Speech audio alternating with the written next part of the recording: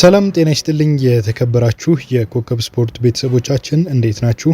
ዛሬ የተለያዩ የባህር ማዶ መረጃዎችን ወደ እናንተ የምናደርስበት ሰዓት ላይ ደርሰናል።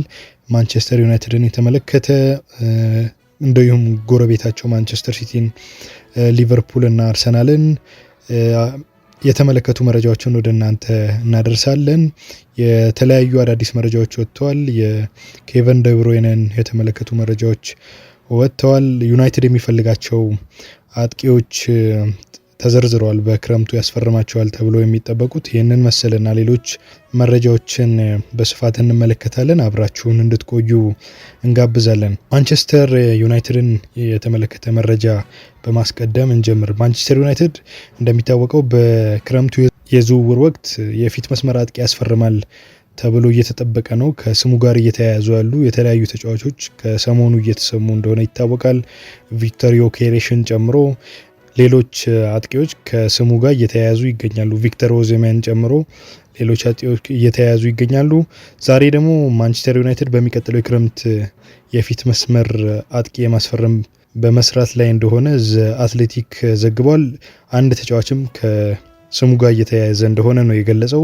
ቀይ ሰይጣኖቹ የኢፕስዊች ታውኑን የፊት መስመር ተጫዋች ሊያም ዴላፕ ለማስፈረም ፍላጎትና ቁርጠኝነት እንዳላቸው አትሌቲክ መረጃውን ይዞ ወጥቷል። ተጫዋቹ ቼልሲን ጨምሮ በርካታ የፕሪሚየር ሊግ ክለቦች ኢላማ ውስጥ እንደሆነ ነው እየተገለጸ የሚገኘው። ሌላኛው ማንቸስተር ዩናይትድ የሚመለከተው ተጫዋች ማቲያስ ኩና ነው።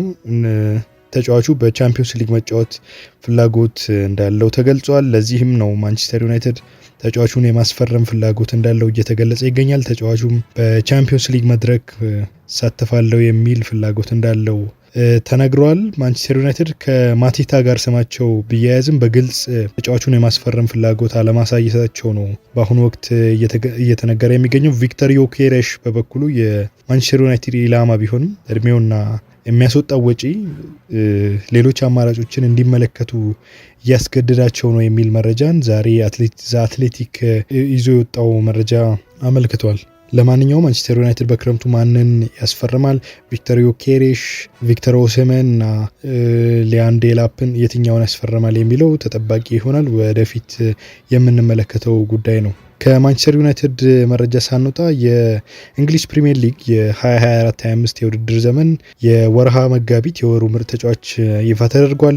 በዚህም መሰረት ፖርቹጋላዊው የማንቸስተር ዩናይትድ አማካይ ብሩኖ ፌርናንዴሽ የወሩ ምርጥ ተጫዋች በመሆን በአብላጫ ድምፅ ተመርጧል ተብሏል። ብሩኖ ፌርናንዴሽ አምስተኛውን የእንግሊዝ ፕሪሚየር ሊግ የወሩ ምርጥ ተጫዋች መሆን ነው የቻለው። በተከታታይ የሊጉ ምርጥ ተጫዋች በመባል ተመርጧል። ከዚህ በፊት ፈርናንዴዝ ከዋይኒ ሩኒ እና ቫን ፔርሲ እኩል 5 የወሩ ምርጥ ተጫዋቾችን በማሸነፍ 3ኛ ደረጃ ላይ መቀመጡ ነው የተነገረው። የትኞቹ ተጫዋቾች ናቸው ከዚህ ቀደም ብዙ ጊዜ የእንግሊዝ ፕሪሚየር ሊግ ምርጥ የወሩ ተጫዋች የተባሉትን ስንመለከት ሃሪኬን፣ ሞሐመድ ሳላ እና ሰርጂዮ አጉዌሮ በእንግሊዝ በነበራቸው ቆይታ ሃሪኬን በተለይ በቶተናም፣ ሞሐመድ ሳላ ሊቨርፑል እና ሰርጂዮ አጉዌሮ በማንቸስተር ሲቲ በነበረበት ጊዜ 7 ጊዜ በማሸነፍ በቀዳሚ ደረጃ ላይ ይጠቀሳሉ። እንዲሁም ደግሞ ክርስቲያኖ ሮናልዶ እና ስቲቨን ጄራርድ የቀድሞው የማንቸስተር ዩናይትድ እና የሊቨርፑል ተጫዋቾች 6 ጊዜ ማሸነፍ ችለዋል። ለዚህም 2ኛ ደረጃ ላይ ተቀምጠዋል ከሃሪኬን፣ ሞሐመድ ሳላ እና ሰርጂዮ አጉዌሮ በመቀጠል ብሩኖ ፌርናንዴሽ፣ ዋይኒ ሩኒ እና ሮቢን ቫን ፔርሲ ናቸው ተከታዮቹ። 5 ጊዜ በማሸነፍ 3 ደረጃ ላይ የሚገኙ ናቸው። ለሁሉም ብሩኖ ፌርናንዴሽ የወሩ ምርጥ ተጫዋች ለመባል በቅቷል። ማንቸስተር ሲቲን የተመለከተ መረጃ እናንሳ። ከማንቸስተር ሲቲ በዛሬው ዕለት አስደንጋጭ መረጃ ወጥቷል። ይታወቅ ነበር። በእርግጥ ቤልጂየማዊው የመሀል ተጫዋች ኬቨን ደብሮይነ በውድድር ዘመኑ መጨረሻ ከማንቸስተር ሲቲ ጋር እንደሚለያይ ይፋ ተደርጓል። በውድድር ዘመኑ መጨረሻ ላይ ኮንትራቱ ያበቃል። እንደሚታወቀው ደብሮይን ማንቸስተር ሲቲን በነፃ ዝውውር ነው ይለቃል ተብሎ የሚጠበቀው እና ኬቨን ደብሮይን ከ9 ዓመታት የማንቸስተር ሲቲ ቆይታ በኋላ ነው ክለቡን የሚለቀው። በማንቸስተር ሲቲ ቤት ብዙ ነገሮችን አሳክቷል። እንደሚታወቀው በ9 ዓመታት ቆይታው 6 የእንግሊዝ ፕሪሚየር ሊግ ዋንጫን ማሳካት ችሏል። ከቡድኑ ጋር 1 የአውሮፓ ቻምፒዮንስ ሊግ ዋንጫን አሳክቷል። 412 ጨዋታዎችን አድርጓል በሊጉ።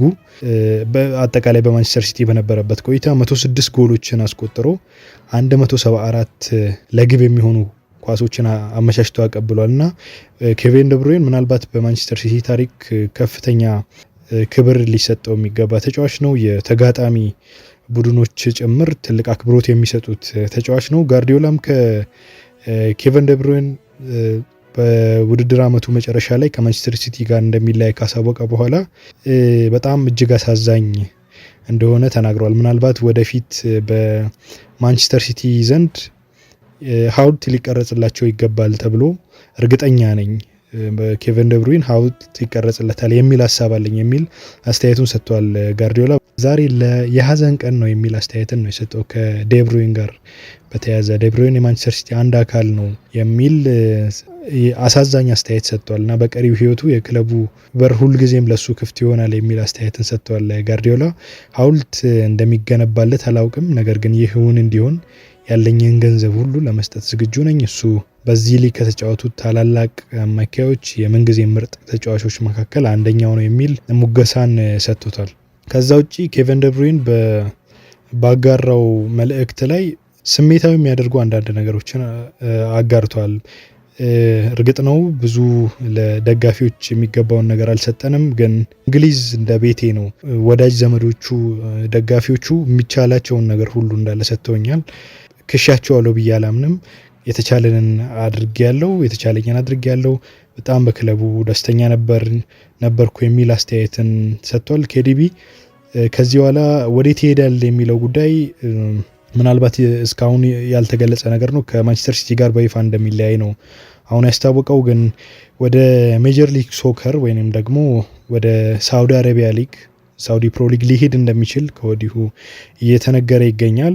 የትሬብል ዋንጫን ፔፕ ጓርዲዮላ በ2022-23 የውድድር ዘመን ሲያሳካ የቡድኑ አባል ነበር። እንደሚታወቀው ኬቨን ደብሩይን በማንቸስተር ሲቲ ቤት የላቀ አበርክቶ ካላቸው ተጫዋቾች መካከል ኬዲቢ ምናልባት በእንግሊዝ ካየናቸው ምርጥ አማካዮች መካከል ከቴሪ ዳንኤል ኦንሪ፣ ዋይኒ ሩኒን ጨምሮ ምርጥ አማካዮች መካከል አንደኛው ነው። ለሁሉም ከእንግሊዝ በመጨረሻ ሊሰናበት እንደሆነ ነው የተነገረው። ኬዲቢ ወዴት ያቀናል የሚለው ጉዳይ እስካሁን እልባት ያላገኘ ጉዳይ ነው። አርሰናልን የተመለከተ መረጃ እናንሳ። መድፈኞቹ ነገ ከኤቨርተን ጋር ጨዋታ ያደርጋሉ። የሊግ መርሃ ግብራቸውን ነው የሚያደርጉት። በጨዋታው ላይ ዩሪያን ቲምበር እና ቤን ዋይትን የመሰለፍ እድል እንዳላቸው አሰልጣኝ አርቴታ ገልጸዋል። ሁለቱም ተጫዋቾች በጨዋታው የመሰለፍ እድል ይኖራቸዋል ነው ያሉት አርቴታ። ከካላፊዮሪ ጋር ካላፊዮሪ ለጨዋታው ብቁ አለመሆኑን ነው የተገለጸው። ጋብሪኤል ዘንድሮ የውድድር ዓመት ውጪ በጉዳት ምክንያት እንደሆነ ይታወቃል።